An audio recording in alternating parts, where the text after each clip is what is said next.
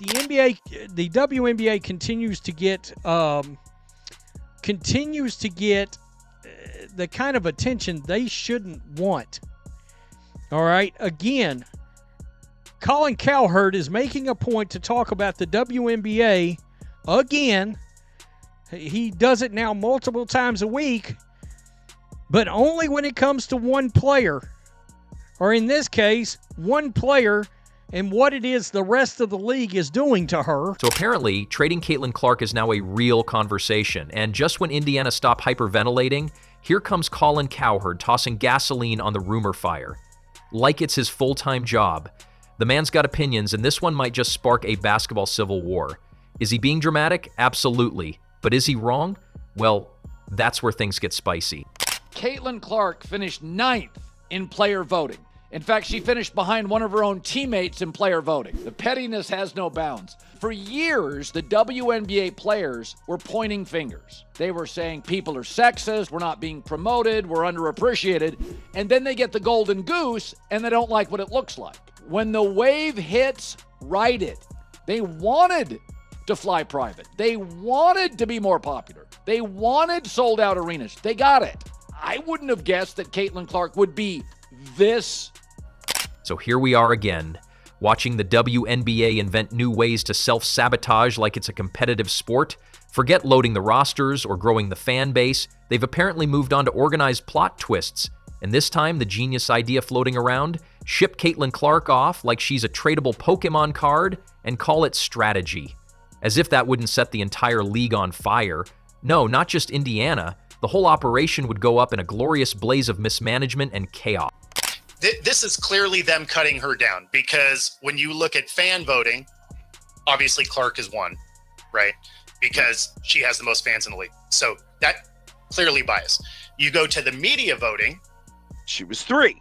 She was 3. That actually makes sense. I agree. She's not having the best of years this year. She's actually, her shooting is down. Exactly. There's been a number of situations that she's just not played her best ball. But she is still much, eons better than a lot of the other players that they voted in front of her. Let's start with the obvious. If you trade Caitlin Clark, you don't just ruin the fever, you crater the league's one guaranteed cash cow. This isn't about losing a player, it's about losing the storyline.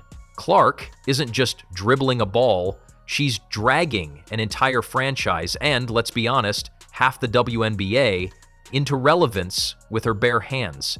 Every ticket sold, every jersey printed, every headline scribbled, it's got her fingerprints all over it. A university professor in finance looked up the value of Caitlin Clark for the WNBA. This is insane. So this year, last season in the WNBA, Caitlin Clark was 26.5% of all economic activity as a rookie on the worst team in the league when she entered it. So now she has an 8-year, $128 million deal with Nike. So, she's going to eat. Merchandise in the league went up off a rookie from a Midwest-based school on the worst team in the league, 234. Now imagine snatching all that momentum and mailing it out in a FedEx box. It's the kind of move that makes people throw their remotes, cancel season passes, and start watching pickleball out of spite. Because there's dumb, and then there's historically stupid. And this would be the latter with extra sprinkles. I'm not going to ignore, nor am I going to take my eyes off of what transpires with the WNBA over the next 2 weeks while Caitlin Clark is out with the quad strain. And the reason why is because, let me tell you something right now. I'm not going to go to word hate. I'm not going to be out there like RG3 was saying that Angel Reese hates Caitlin Clark or other players hate Caitlin Clark. But I will say this. I don't think it's specific about Caitlin Clark. I think it's what Caitlin Clark represents. See, it's no fault of Caitlin Clark. Caitlin Clark balled. She balled at Iowa in college. She's balled since she's been in the NBA. She came into the league last year with no break whatsoever between the college game and the pro game and did her thing. But wait, it gets better. Not only are we entertaining trade rumors like the league has a surplus of stars to gamble with, but we've also got the coaching equivalent of a plot twist ripped from a soap opera. The same coach who once sat back while Clark got poked in the eye like it was part of the halftime show is now conveniently hired to be her boss. Huh. What's next? Bring in the trainer who iced her ankles and put them in charge of conditioning? It's not even subtle. This isn't a coaching match. It's a setup. A coordinated performance dressed up in lanyards and clipboards, and the message is loud and clear. Silence the star, dim the spotlight, and pretend it's for the team. But we see you. We all see it. Clark didn't just get benched, she got politically sidelined. And the front office didn't just pick a coach, they picked the coach. The one with a suspiciously familiar resume of selective justice and passive-aggressive bench rotations. Now let's be real, Clark doesn't fit with this coach, and that's putting it gently. Their basketball chemistry is like oil and a dumpster fire. The system isn't built around her, it's actively rejecting her. This isn't a clash of styles, it's a cold war in sneakers. And the fallout is visible every time she's yanked from the game, while a random bench warmer logs minutes like it's charity work. Caitlin Clark had another, whatever you want to call it, confrontation in a WNBA game. Like, why is this happening? The Caitlin Clark phenomenon is one that I got wrong. I never really thought that Caitlin Clark would make the difference that she has in college basketball or in the WNBA. What other sports analogies are out there that are in any way similar to the impact that one individual has had on a larger sporting universe? Tiger was. And why would a league that's finally got eyeballs glued to the screen start pulling this stunt? Simple. Control. Control the narrative, control the star. Keep the fans just entertained enough, but not too empowered. The last thing they want is a player with actual leverage. That's dangerous, that's disruptive, that's unbenchable. So what do you do when you can't stop the momentum? You hire someone who can. You put a polite smile on the hit job and call it player development, except the only thing developing is a bad reputation and an angsty fan base with receipts. This coach didn't just get hired, she got positioned. And if the conspiracy vibes feel strong, it's because they're practically slapping you in the face. And don't let anyone gaslight you into thinking this is some normal rebuild timeline. No, this isn't just rookie growth. Clark's not in a growth spurt, she's in timeout, like a toddler who dared to color outside the lines.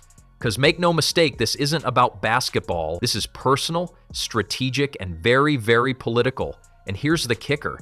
Everyone's acting like this coach is just playing it safe, like there's some grand plan. But safe would mean using the best scorer you've got, not duct taping her talent and hoping fans won't notice. She doesn't always get the consistent great star whistle. I think they're still kind of figuring out how to officiate her. Right?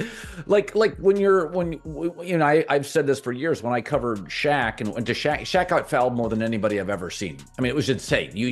People bounced off Shaq. Jokic complains constantly. Like, people are bouncing off me. She doesn't quite get as favorable a whistle as you think. So I think neither does Steph too. That's the funny part. This isn't chess. It's sabotage with a whistle.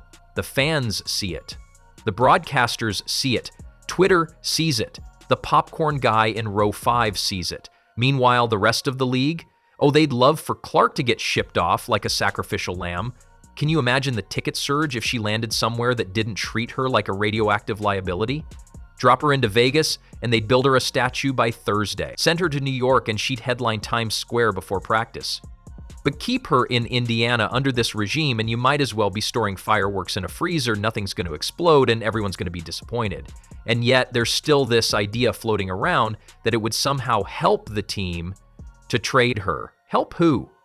The lottery odds? The backup point guard's confidence? The merchandise team that's already 2 months behind on Clark jerseys? Because, spoiler alert, without her, Indiana's not rebuilding. They're vanishing. Clark is the only reason national networks are dragging WNBA highlights out of the editing bay. She's why middle-aged dudes with no idea how the draft works are suddenly experts on pick-and-roll defense. You don't trade that, You protect it like it's the Ark of the Covenant.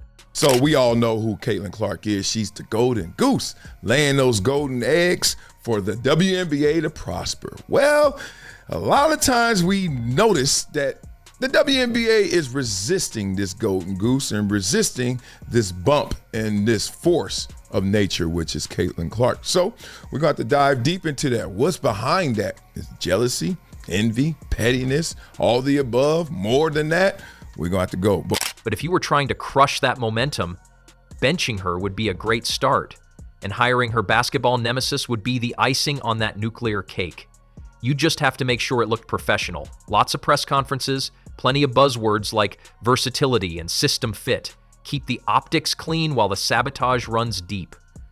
It's actually impressive how calculated it all seems. Like someone in a suit sat down and said, let's hire the only person in the league who could possibly make Caitlin Clark look replaceable.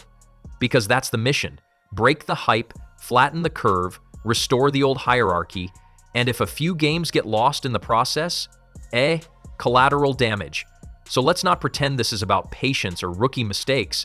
This is about power. Power the league doesn't want concentrated in one player. Power the front office doesn't want walking into press rooms and owning headlines. Power that threatens the status quo with every no-look pass and step-back three. The league could have embraced it. They could have ridden the wave and let the magic happen. But instead, they built a dam and hired a lifeguard to stand there with a clipboard, pretending there's no water behind it. Trading her wouldn't just be an error. It would be a declaration.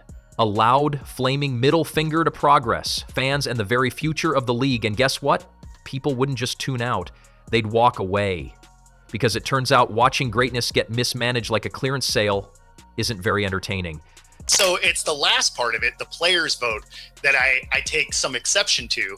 And I'm not a big Caitlin Clark fan. Like, I don't care either way. But they vote her 9. And why I find that absolutely hilarious is you can say she's 9 if you want, but you don't treat her like she's 9. Because when she was here in town, they were picking her up 3/4 court the entire game. And they had her double teamed the entire game. Now, is your shooting efficiency going to go down? So go ahead, keep benching her. Keep justifying it with vague coach speak and recycled nonsense about team development.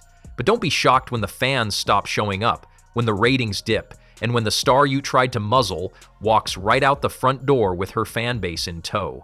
And if that happens, don't blame the fans. Don't blame the media. Don't even blame Caitlin Clark. Just look at the front office, the coach with the vendetta, and the league that let it all happen, and say congratulations, you played yourself.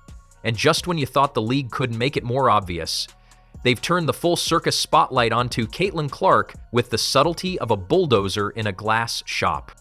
At this point, it's not even conspiracy, it's choreography. The commissioner, the coach, and every suit in the building seem to be in on the same Broadway production, How to Humble a Star Player in 10 Games or Less. Poor CC, she just wanted to hoop, sign a few autographs, and bring some dignity back to Indiana. Instead, she's been dropped into the middle of an industrial-sized sabotage plot dressed up as culture building. You can practically hear the theme music playing in the background every time she's subbed out for someone, averaging 2 points and a nosebleed.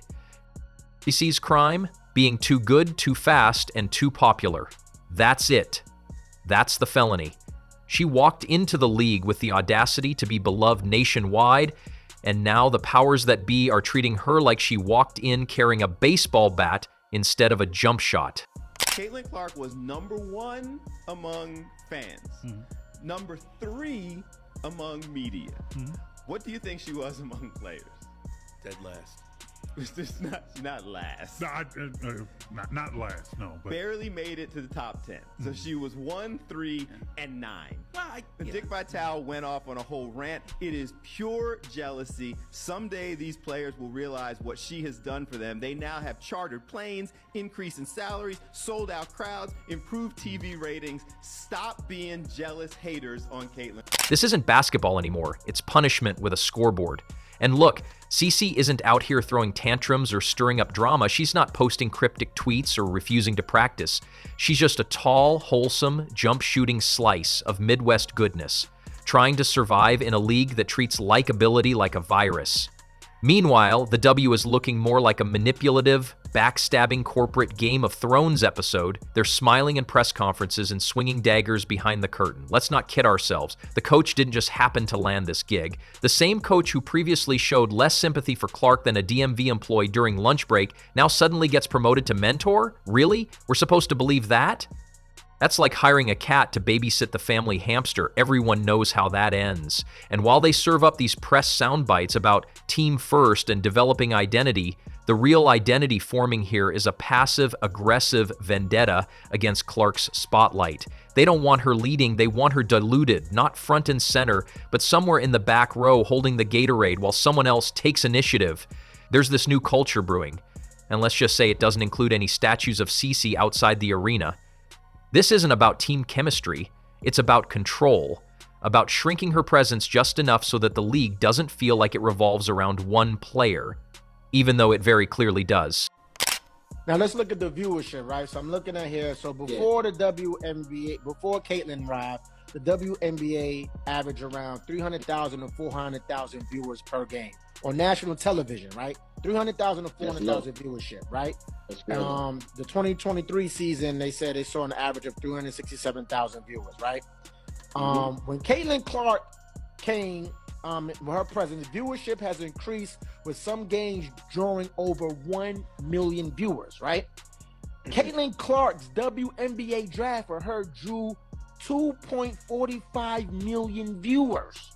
That's crazy. So that means these people and what she did in college and bringing them all to the WNBA scale, people are watching the WNBA because of Caitlin Clark. They don't want a league where Caitlin Clark's individual excellence drives the narrative. They want a sanitized, share the spotlight vibe where no one star outshining the machine. It's giving Soviet Union with sneakers. Clark is being treated like an unwanted celebrity guest in her own league. She's good for marketing, but once the cameras are off, she's sent to the penalty box for outshining the infrastructure. And the commissioner? Oh, don't even get started. You think she's sitting back, unaware of how all of this looks? No, she's sitting courtside with popcorn, nodding approvingly while pretending she didn't notice Cece getting benched during crunch time. It's all part of the plan. A full-cart PR detox designed to remind everyone that no player is bigger than the league, unless that player fits the vibe they're curating, which apparently Cece does not. Because let's be honest, Clark doesn't play the game the way they want it packaged. She's not gritty in the league-approved way. She's not edgy in the corporate feminist brochure kind of way. She's a wholesome assassin from Iowa, and that doesn't quite fit the curated chaos they're trying to sell. So now it's about slowly sanding her down, piece by piece, until she either conforms or combusts.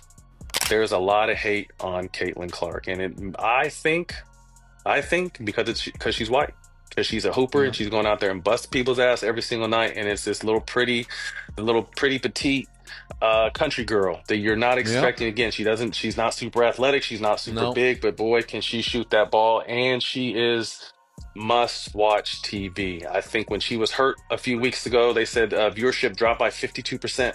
You know what I mean? And I didn't watch. I quit watching the teams. Yeah. What we're watching isn't a culture shift. It's a character assassination with soft lighting. A slow, intentional erosion of her presence. The new blueprint? No more glorifying individual greatness. No more letting one rookie carry the ratings. No more building empires around viral three-pointers and jersey sales. Now it's about team unity and shared narratives. In other words, strip down the star until she fits the mold, or at least doesn't threaten to break it. And the fans? Oh, they see it. Loud and clear. You can hear it in every boo, every tweet, every side-eye shot during the game. She's the reason people who haven't watched a WNBA game in years suddenly know when Indiana plays. She's the walking stimulus check for the entire league, and instead of cashing it in, they're trying to write her out of the script before she finishes the first act. So now we've got this weird league-sponsored campaign of polite hostility. She's on the court but not really featured. She's praised in interviews but benched during blowouts. They talk about her impact but refuse to build around her. It's like watching someone give a standing ovation with their arms crossed. Meanwhile, the league keeps dropping buzzwords like breadcrumbs, growth, equity, system development. All that corporate yoga speak that sounds deep but means absolutely nothing when your best player is parked on the pine while her team loses by double digits. It's a PR smokescreen so thick you'd need NASA to see through it. When we talk about hatred, when we talk about jealousy, when we talk about pettiness, Caitlin Clark's name always pops up because that's what she receives on a daily basis. And for the players to vote her 9th in guards just lets you know how out of touch they are. And it's not because of her game. It's simply because of those 3 things that I mentioned. She was ranked 1st by the fans, which makes sense. She was ranked number 3 by the media, which kind of makes sense. Anywhere between the 1, 2, or 3rd, that's fine. And then she was ranked 9th by the players. And here's the worst part. They think they're fooling us. They think the fans will nod and say, yes, it's about balance and process, while watching a generational talent get babysat by a coach with a revenge subplot. Spoiler, we're not buying it. This isn't balanced. It's bad theater with a scoreboard. At some point, Clark will have to make a decision. Stay in the Hunger Games or demand a trade to a franchise that actually wants to win basketball games instead of political points, because the league has tied its relevance to her without ever admitting it. The whole ecosystem is orbiting Clark while pretending she's just a regular planet in the system. But remove her, and you don't just lose a player, you lose the gravity. And the W can act surprised all they want, but if Caitlin finally says enough, she won't be the villain. She'll be the escape artist, and everyone else left behind, still trying to pretend it was all just part of the plan.